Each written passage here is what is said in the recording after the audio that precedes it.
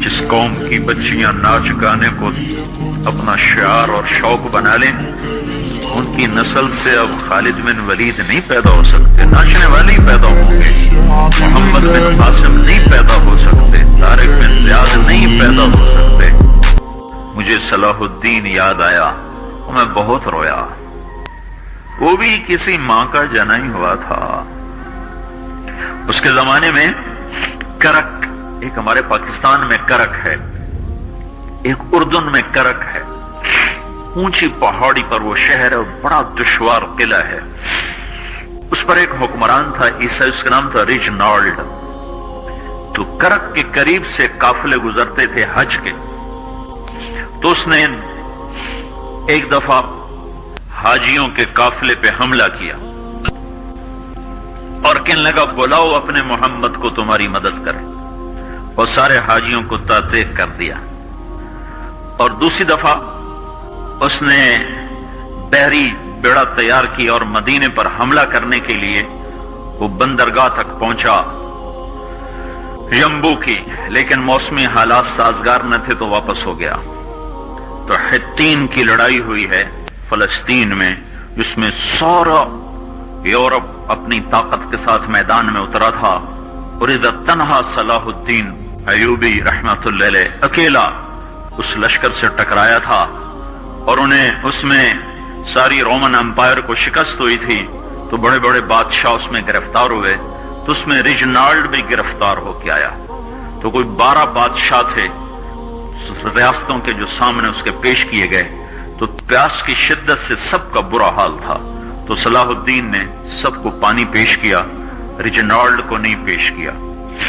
तो यरूशलेम का जो बादशाह था हमफरे, उसने अपना पानी बचा के उसको दिया।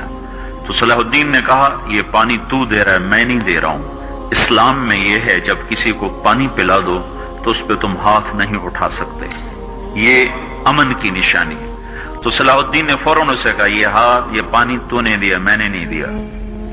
तो फिर उन्होंने रिजनाल्ड को इस्लाम की दावत दी कि तू मुसलमान हो जा, मैं तुझे दावत देता हूं। उसने इनकार कर दिया, मैं नहीं होता। तो उन्होंने कहा, मैंने तेरे कत्ल की 2 दफा कसम खाई थी। एक जब तू मदीने पे हमला आवर हुआ था तो मैंने कसम खाई थी मैं तुझे अपने हाथों से कत्ल करूंगा। और दूसरी दफा जब तुमने हाजियों पे हमला करके कहा था बुलाओ मोहम्मद को, तो मैंने कसम खाई थी कि मुझे अल्लाह ने मौका दिया तो मैं अपने हाथ से तेरी गर्दन उड़ाऊंगा। आज मोहम्मद का अदना गुलाम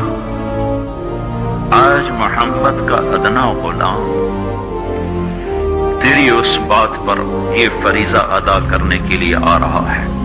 और अपनी तलवार से उसकी गर्दन उड़ाई, वो पीछे लटक गई, पूरी नहीं उड़ी, पीछे लटक गई। खौफनाक मंजर बन गया।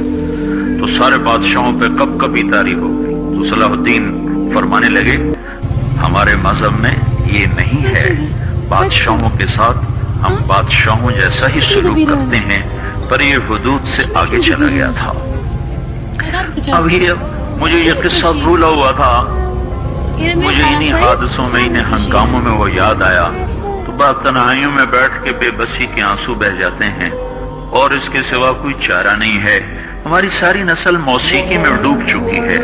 जो बदन सुरताल पे थरकते हों, जो बदन मौसीकी के ऊपर हिलते हों, रक्स में आते हों, उन पे कांटे ही उगेंगे, उन पे सलाहुद्दीन का फूल नहीं उग सकता, उन मोहम्मद बिन कासिम पे फूल नहीं उग सकते। पांच हो गई है हमारी नस्ल और ये यूरोप का शहर है जो चल गया है। हमारी बेबसी है, हमारी बेबसी है। मैं तो बस मिन्नत ही करूंगा, अपने आप को पहचानो, अपनी हस्ती हैसियत को पहचानो, अपनी निस्बत बदलो। तुम्हारी निस्बत यूरोप के साथ होके अगर मौत आई बेकीमत हो जाएंगे।